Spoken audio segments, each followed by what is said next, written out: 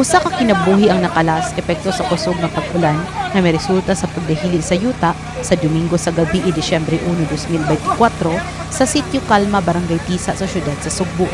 Pasado alas 7 sa gabi sa dihang natukaw ang pagpanihapon sa pamilyang Batin human sa kalit nga pagkahugno sa riprap sa usa ka subdivision tapad sa ilang panimalay. Ang maong riprap mitabon sa ilang Pinoy-anan hinungdan nga natrap ang magtiayon nga batin. Luwas hinuon nga nakagawas ang ilang duha ka anak nga kuyog nila sa maong tungura.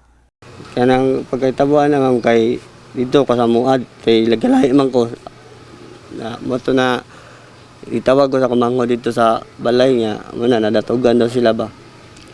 Pag abot na mga to sila naman sila dito. Ako papa dito na ilawom niya. Amo tabirahon di naman gyud madabri ga tumig mabawra ba niya. Ako mama, dire raman po sa hawak dapit na datugan. Amo birahon di man jud madagbira. Ito na pang bangil-bangilan na namo mga bato nga dili mo kuan ba. Dili mo dahili ba. Nasayran sa My TV Cebu News Team gikan sa mga tinugyanan sa Barangay Tisa nga dadon arrival ang 47 anyos nga si Elisa samtang naangol ang iyang bana nga si Liberato.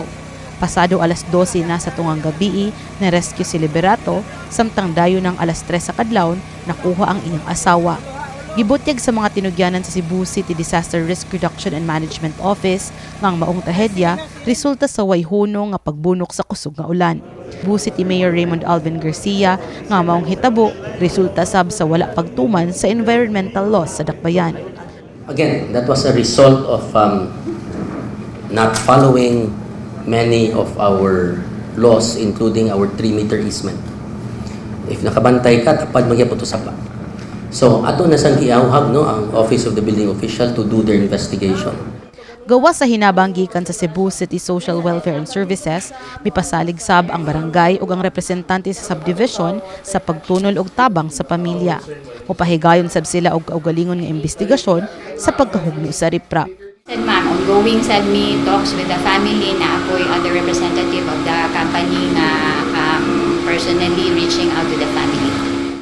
Special session mi karon na yun na human na may tulo ka resolusyon nga hatag mi og calamity declare mi og calamity mohatag mi sa napiktuhan nga 5 ka pamilya ang namatyan mo atag siguro may mga 20 ki yang upat remaining tag 10 ki para 28 ni sila individual unya request mi sa obo nya dito naman day ang DEPW to examine the property sa hazardous gyud ang location kay nanam day daan sa istorya dito sa mga tao. Grabing dugdug og kilat sab ang mihabol sa kawanangan kagabi nga may resulta sa pagbaha. Sa video nga iya ni Lea Silawan Ponce, makita nga hapit na matabunan sa tubig baha ang kapilya sa sitio Lower Tambisan sa Tisa.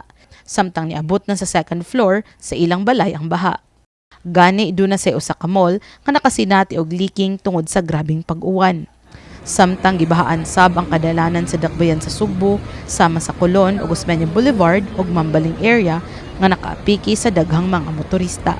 Ang mayor mituki sa mga posibleng sulbad paglikay nga masubli ang maong problema sa pagbaha sa dakbayan. Working on it, as of the moment, ang ato gyud mga buhat is declogging and desilting.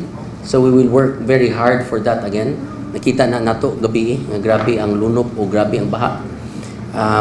And that is one of the reasons why I hired Dr. Hake.